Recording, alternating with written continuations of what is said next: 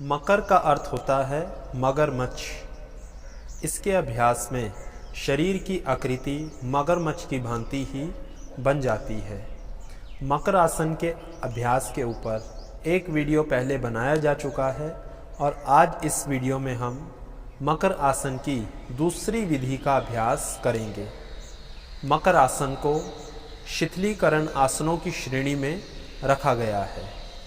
इसके अभ्यास के लिए अपने स्थान पर पेट के बल लेट जाएंगे।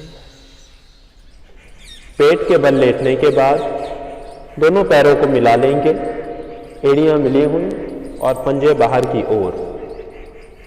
अपनी दोनों कोहनियों को इस प्रकार से ज़मीन पर रखेंगे। कंधे बिल्कुल सीधे रहें और कोहनियां कंधों की सीध में। अब अपने दोनों हथेलियों को चेहरे के नीचे रखेंगे या चेहरे को हथेलियों के ऊपर रखेंगे इस प्रकार। और अब अपनी दोनों कोहनियों को बाहर की ओर लेकर जाते रहेंगे, सामने की ओर, और गर्दन पूरी ऊपर। यहीं पे शरीर को स्थिर करके रखेंगे और सांसों की गति सामान्य रूप से चलती रहे।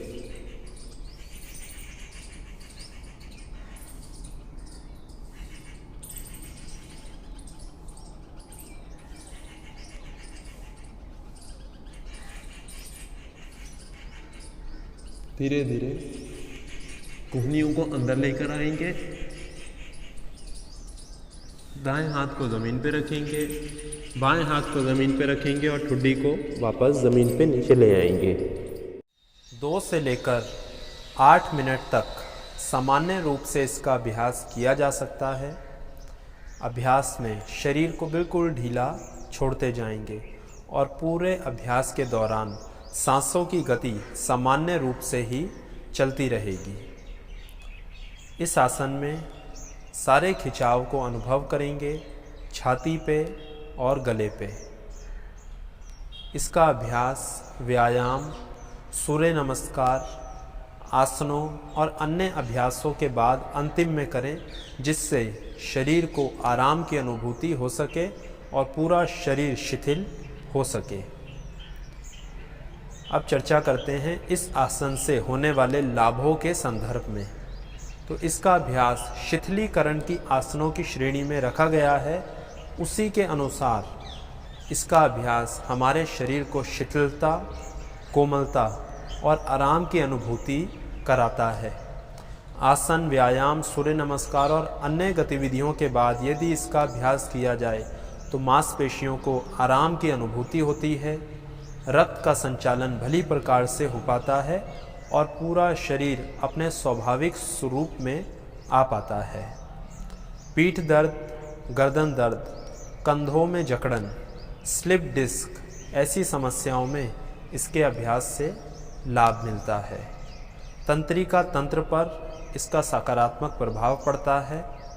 बढ़े हुए पेट के लिए और पेट से संबंधित समस्याओं में इसका अभ्यास लाभ करता है।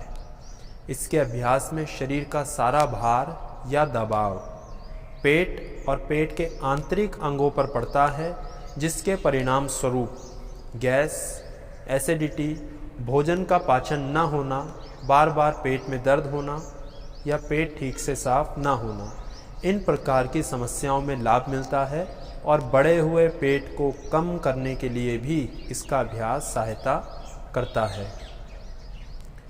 सावधानियों के रूप में कुछ विशेष निर्देश नहीं दिया गया।